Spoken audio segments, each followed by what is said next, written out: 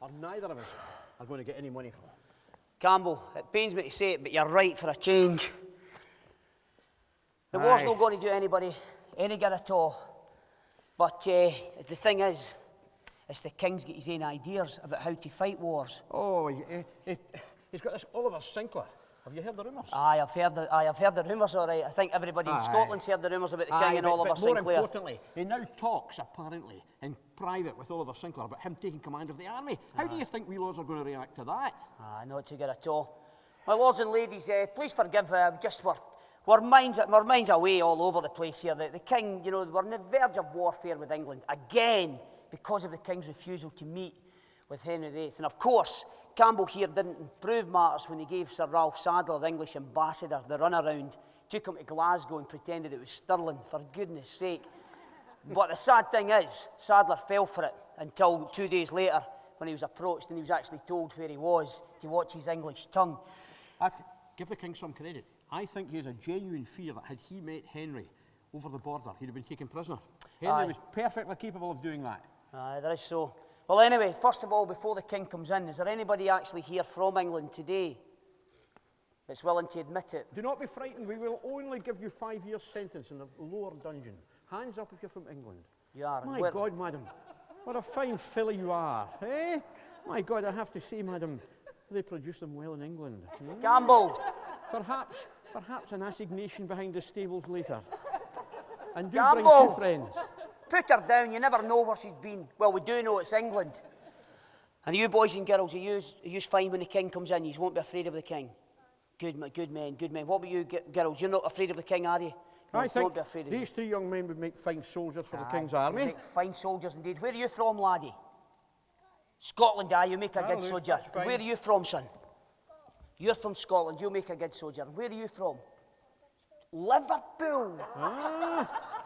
Liverpool. Well, Liverpool's nearly in Scotland. We have an English spy here who didn't tell us she was in the audience. Aye, she was in the audience. Well, anyway. My God, Erskine, wouldn't these make fine soldiers' trousers? Look at this. I think she's wearing these for a day. They look like French. All stand for the king, all stand for the king.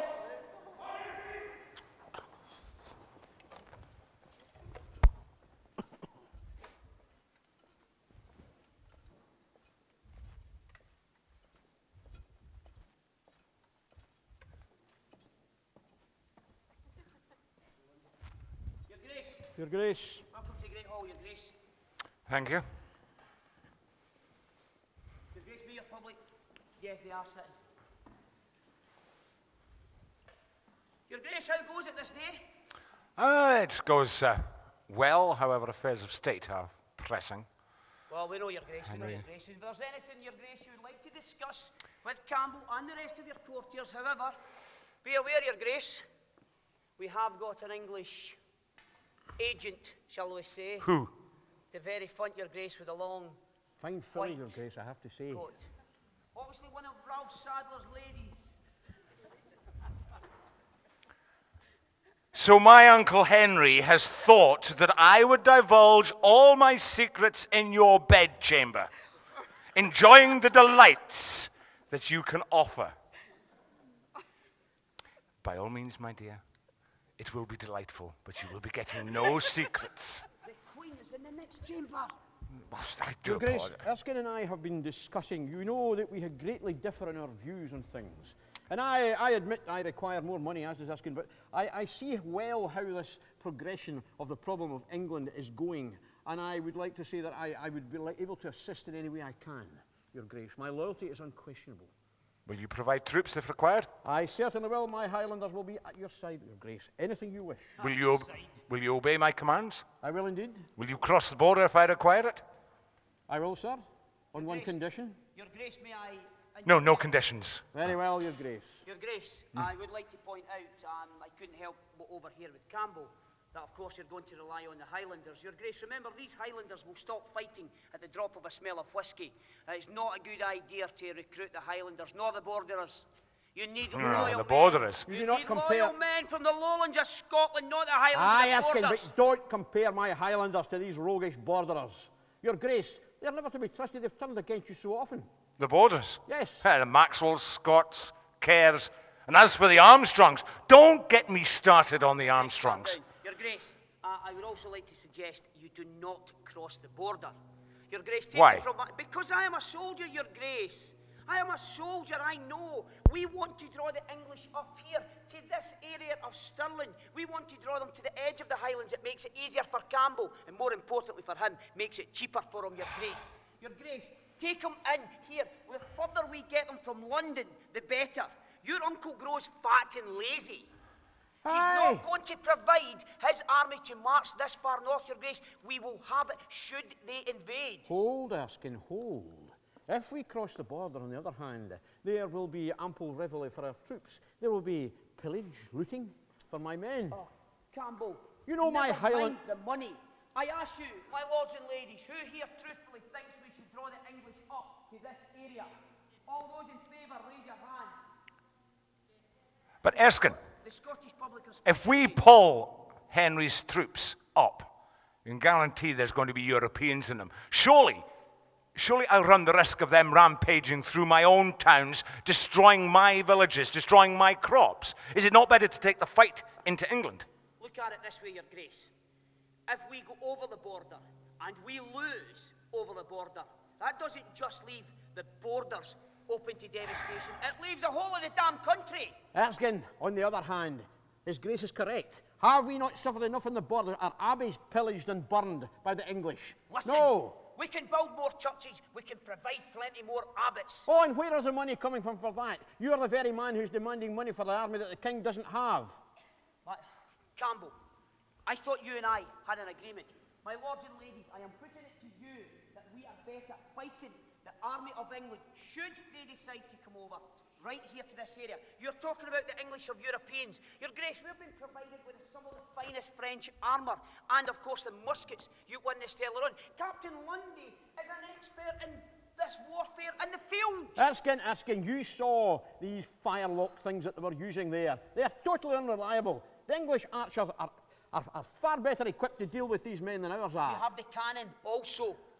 When did we ever win a battle with cannon? We must rely on our foot and our cavalry. Does it not take days to take the cannon down? Oh, Your Grace, we do not need to take the cannons down. They will come to us. We will get them from Edinburgh, Linlithgow, and here. We have a line. Aye, you forget. I see doom in this, I tell you, Erskine. Remember Flodden. We can't forget Flodden.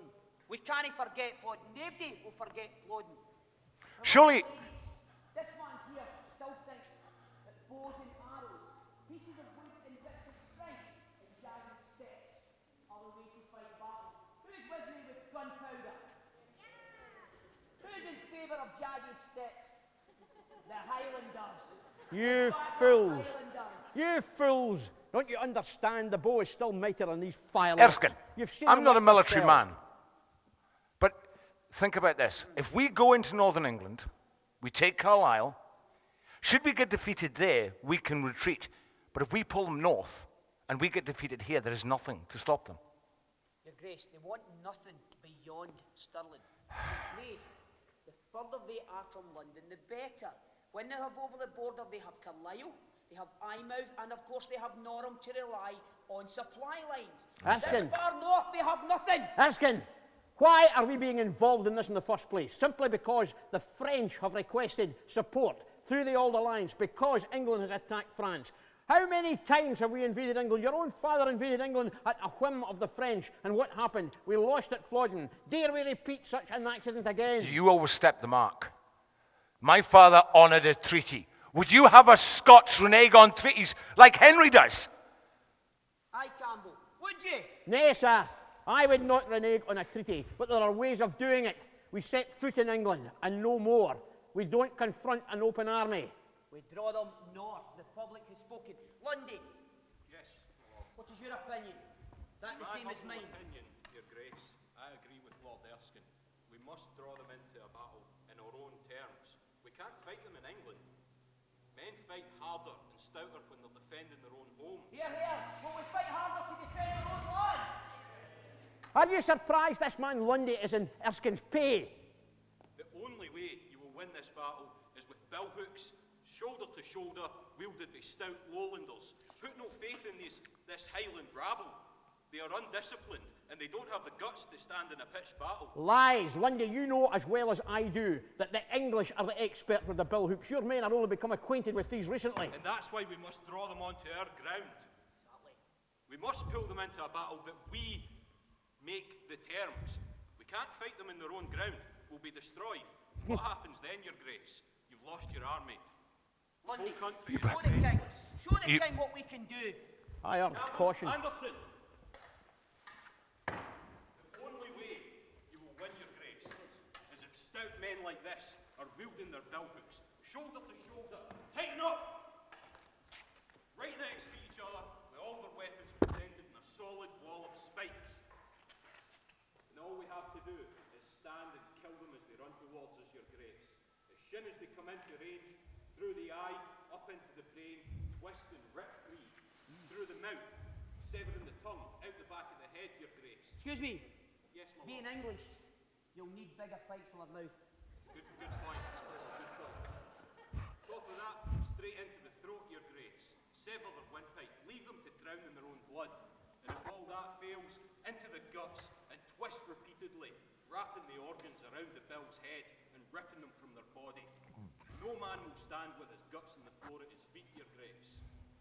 We must make our own terms. We can't fight them on their own ground. Your Grace, may I ask a simple question? Captain Lundy, what are the English going to be doing when you're standing there, waiting to poke them in the eye? Their archers will have you overpowered. Not only that, their cavalry will you have run down. And that's why you fight them from the high ground.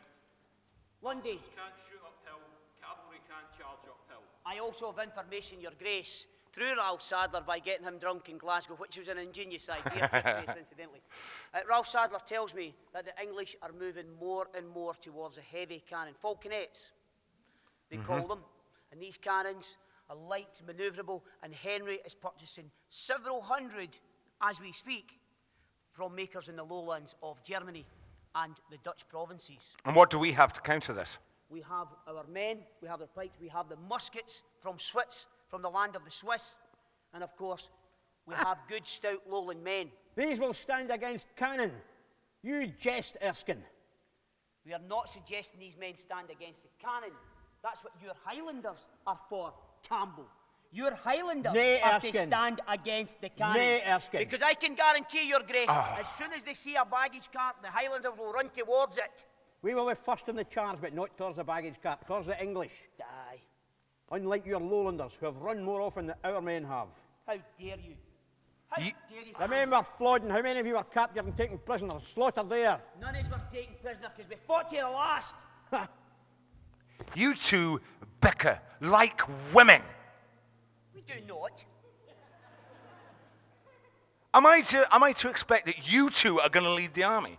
Indeed, Your Grace. That your contingents will be in the army? Yes, Yes. Your Grace. Will they stand together? I doubt it. Well, Campbell Ladies, might come to some sort of these agreement. two are me. They are not filling me with confidence. Your Grace, Campbell and I are agreed that our armies will stand side by side. We will You fight promise? We together. promise. We do, Your Grace.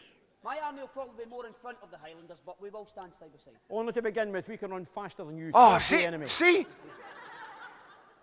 I suppose they could do this on the battlefield and bore the English. Your Grace. Really? So who's going to lead this army? I will, Your Grace. Oh, here. You're going to lead the army. Indeed. You, a postmaster, who's more interested in cakes and bread. I'm a more experienced soldier than you, sir. Aye, in the Highlands You're of merely Scotland. a boy. Your Grace, you never made me captain of Stirling in Edinburgh for nothing. I will lead the army. I'm your leader. These men here will agree. Should I lead the army? Yes, Your Grace. Oh, they're your own men. Is it any Should surprise? I lead the army? Should Campbell lead the army? Oh, thank you very much. Aye. Now I know why they call you peasants. The army, you do the English's work for them. Oh, Here, Lundy.